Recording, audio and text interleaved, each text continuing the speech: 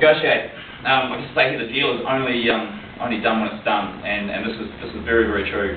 You've got to negotiate all the time in your business, and investors are looking for people who negotiate, and the best way to illustrate that to them is by negotiating with them. It shows them straight away this person will do strategic alliances, they will do the hard selling, the cold selling, they'll do everything required, and they'll keep people focused the entire time. And I guess I very much see this as really, really key, and a lot of people don't quite understand this, or not actually understand, but embrace it. Not everyone's a good negotiator, but in saying that, I think it's very much can be a learned skill, and it's something, if you look at the right way, you think, negotiating, it's going to be an asset, it's going to be something I'm going to use in my advantage, because in business, every time I've learned, go in, negotiate hard, disengage, and when you do, everybody understands what's just happened there. And there's no losing friends over the course of negotiation. Negotiation is there for everybody, you know, it's for you to go out there and push your point, it's for them to be proved, for them to prove a few points. If they can shoot deals, points that pull you down, then that's a really weak element of your proposition. You found out early, go and refine it, come back with some more points to counteract it. It gets everybody thinking. This is the process of negotiation. It's actually there to grow things, not for people to be fighting with each other. It might look like that from the outside. A lot of people look and think, that's a pretty tough deal here, but it's not. It's actually really, really positive. The amount of time you can get into a room with somebody, and it's happened with Rod for half an hour, and you go hell for leather, it's pretty full on. It's fantastic. You come out the other end, all the weak points are being pulled out of it, you've got a few things to go away and sort of prop up hopefully for next time around, and it's good to go away with a lot more confidence, thinking, look, I asked all the hard questions, and they all got answers. Great. Got a really, really happy investor at that point in time. In terms of doing a deal, eliminate the lights out risk. Every investor is looking beyond the deal because they know you're looking at the deal most of the time, looking at when I get the money in the bank. That's my total focus right now. Show them that that's not the focus at all. In fact, the focus is further ahead down the business really, and you're all about performance and getting the business to being profitable where it no longer requires external capital. So I guess the way I sort of do that with PlanHQ, that's very much why I've developed this product, is to try and say from an investment perspective is very much to say, have a forward-looking view of the company, be able to track your progress, and let the investor look at that any time they like. Because if they can, there's no chance of lights out. I've already gone through and raised capital multiple times. We've had big business plan documents. They've come through and do a lot of due diligence. And to be honest, I don't like having to really say this is the case, but what happens is once the money hits the bank, management team rushes back into the business because they've had to spend all this management time raising money. Now it's back onto the business, get the team back in line, fix all the problems that have occurred while you've been trying to raise money. And in the meantime, the investors are sitting there going, well, where's the information flowing? We've talked about all this information coming every month, every week, haven't got time anymore, and the end investors get pissed off. And for a few months, you normally piss them off. Sometimes it happens for a year, you annoy them. Not an ideal situation to get in, and I guess, you know, when you're raising money, quite often, you need the money in the business, so you've just got to do something. So what I'm trying to do now is I'm trying to solve those problems that I've faced myself. Now, I don't like letting investors down at all. You know, I've always delivered a return to investors, but I don't like letting them down at all. I'd rather have it from day one, post-deal, good times, really, really happy relationship. And from every day forward, the investor looks and sees exactly what's happening in the company, and you're all focused around the forward-looking view of the business. I've been in so many board meetings with a previous business where we raised money, where you're always talking about the problems, and you're never getting a chance to look ahead. And the reason why that is because when they turn up, and they've got their board reports, which again are very wordy most of the time, they simply don't know what's happening, right? And they need to be brought up to speed. It's absolute right for them, and it should be the case. But you spend 2 hours doing that, and then you don't get time focusing and getting their strategic value. People on your board, these investors are great people. These people who know things well beyond what you know yourself, you know, so you want to have as much time with them as possible forward looking. Just quickly, the 11th hour, everyone's probably heard of this. Every single time, without fail, in a deal I've done 3 so far, the 11th hour has come. First time we would have done this was we were raising money for a company called Energy Intellect, a local company which makes energy management systems, so sort of lower energy usage. We were doing a deal trying to get money out of the United States, didn't quite work. Another option came through from the Natural Gas Corporation after years and years of slogging away. Anyway, the deal was fantastic at $12.2 million, and then at the 11th hour, and I mean this is probably 4 days out from signing the deal, everything stalled, went quiet, and we're talking about phone conversations aren't even happening anymore. For 2 weeks, it's just complete silence. And at this point in time, this is the 11th hour, so they've done full due diligence, know all your financials, know your exact cash position, know exactly when you're going to run out of money and how much you need this investment. So you can bet when they go back and sit with their advisors, they're thinking about any strategy now to squeeze that final bit out in the 11th hour. And it's a great time to do it because on the other end, as a company looking for the money, you're fully invested in what's happening now. So that deal got $1 million knocked off in a week.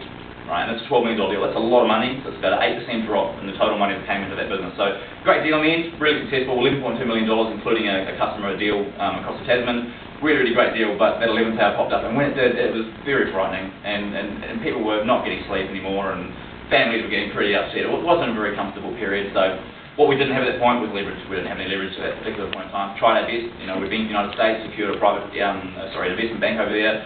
At that point in time, they weren't going to raise the money in the time we needed it, so that was our major option now off the table.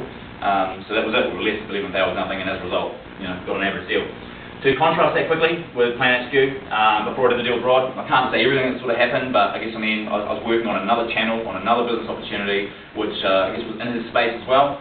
So as a result, when it came to the crunch, we both had to do a deal in a really positive way. You know, it's a really good position to be in, because I definitely need Rod. It's fantastic to have him on board, but you've got to create some need the other way. It helps everybody. Everybody goes into a relationship getting something out of it. The big thing that happens the entire way through any stage of the process, whether you're pre-looking for investment, halfway through a deal, or ongoing once you've got a great investor on board, just be consistent and persistent, and just constantly keep on going when no one's showing interest if you're pre-deal. It can get pretty tough out there. Just remember the way the investment process sometimes works. I'll give you a really good example of this. We went to the United States in 2002. Bad time for raising money for a technology company, but at that point in time we needed money. We're not going to get a good valuation as yet for a talk on the New Zealand market, so really struggling at the time. Didn't have deals like TradeMe going down, so web-based business models weren't well proven in New Zealand, so had to really go to the market was. Now, we spent 3 out of 12 months over there, so about 7 trips. First trip we went there, we had an itinerary sorted out by an advisor who basically organised about, I think 16 banks in total to talk to, a couple of security agencies. And I guess in going around there, the first 5 meetings were a horrible experience at the time. You know, very negative. It felt like everybody was trying to close your idea down, not make it worth anything. Went away from that first trip, learned more lessons. It was okay, but okay, we've got to repitch this now. Got to really focus on the financials more than before. And I've always been relatively balanced, but you're in the US market now, even more so now. Look at the numbers and focus on the numbers. Don't really care if it saves energy and saves the world, of course. It's been a key part of our proposition. Lowering energy usage, they don't really care. Kyoto Protocol, no bells, doesn't ring anything. So I guess the process there was, come back next time, super confident, learn from what's happened again, until eventually you go in there and you go, oh, first 20 minutes of the meeting, you get the shit beaten out of you, and then you finally get onto the conversation, and it's all good. So that's what they do, and it's a great screening filter. I think it actually works really well. Because if you get intimidated and you walk away, are you really going to stand up and run this business and grow it and succeed? Probably not. You know, because in the end, when it gets really tough, you've got to raise money, you've got to get customers and sales. It's all hands on deck. So when it comes to raising money, they want to know, just keep stepping up to the plate, we'll keep knocking you down. Initially, I was maybe not necessarily intimidated by it, but I didn't really like it culturally. I thought, I really understand why this US financially focused culture. I'm not impressed by that, really. Not saying I'm totally impressed by it anymore, by the way, it goes to the extreme. But I've got a lot more respect for the middle ground, really, which is really important, actually, to make people work very hard. I've got no problem at all. When I'm looking for money, working my arse off to get up to the next level, go, cool, okay, now we're in business, let's talk about a deal. So eventually we got the investment bank on board in New York, same thing happened, first 20 minutes, pretty rough 20 minutes, we were late to the meetings, we didn't quite get the street right, we had no umbrellas and there's no eaves in New York, we're covered with water, basically gave up on the whole thing, thought not going to happen this one. Went to the bathroom with the CEO, we were just laughing at each other thinking, well, what a mess.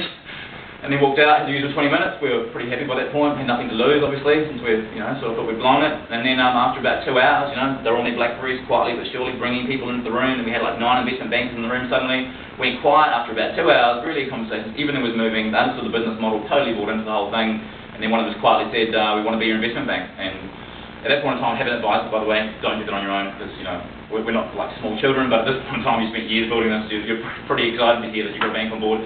But the advisor's really cool, and that's what they're there for. He sort of said, yeah, no, that sounds good, we'll start going into and putting a term sheet together in the next couple of weeks. And it was really good having that sort of someone just quite stable who wasn't emotionally connected to this and didn't have shares in the company.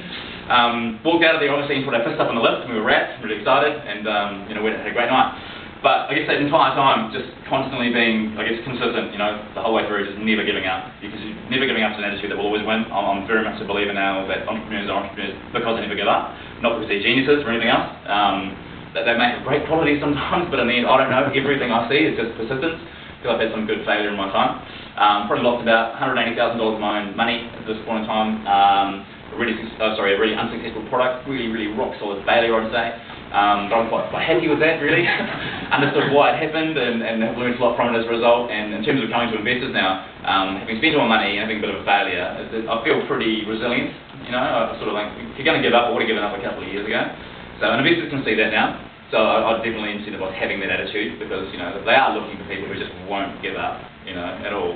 And I don't know, I think that's what anyone can do. Any single person is able to be an entrepreneur because of that reason. You can just sit there and say, I'm just not going to give up. And when it gets really bad, it can only just get a little bit worse, but at some point it's going to lift up again. And the great thing about it getting really bad is at the bottom and you go up again. And When you're going up, it feels good.